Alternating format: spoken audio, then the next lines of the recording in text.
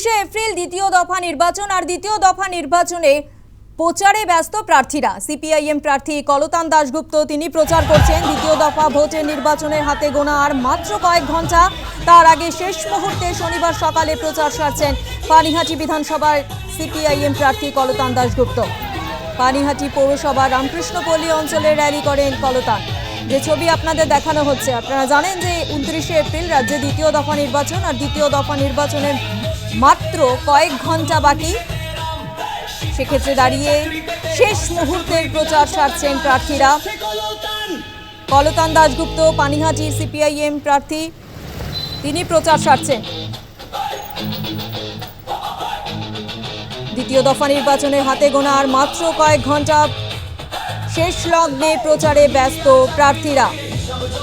শেষ মুহূর্তে শনিবার সকালে প্রচার সারছেন পানিহাটি বিধানসভার সিপিআইএম প্রার্থী কলতান দাশগুপ্ত। পানিহাটি পুরসভার রামকৃষ্ণপল্লী অঞ্চলে র্যালি করেন কলতান।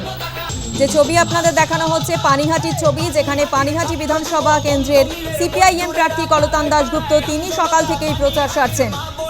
পানিহাটি পুরসভা রামকৃষ্ণপল্লী অঞ্চলে র্যালি করেন কলতান। যে ছবি আপনাদের দেখানো হচ্ছে পানিহাটির ছবি, যেখানে সিপিআইএম প্রার্থী কলতান দাশগুপ্ত তিনি প্রচার করছেন।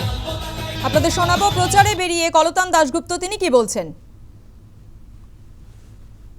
ব্যাপক সারা আছে। তৃণমূল বিজেপির যে বিভাজনের রাজনীতি, মানুষকে কাজ না দেওয়ার রাজনীতি, মানুষকে বোকা বানানোর রাজনীতি, তার বিরুদ্ধে সাধারণ মানুষ যে স্বতঃস্ফূর্ত সারা দিয়েছেন, আপনিও আজকে বাইক মিছিলে দেখেছেন, এই সারা গোটা পানিহাটিতে ছড়িয়ে পড়েছে। তাহলে আমরা কনফিডেন্ট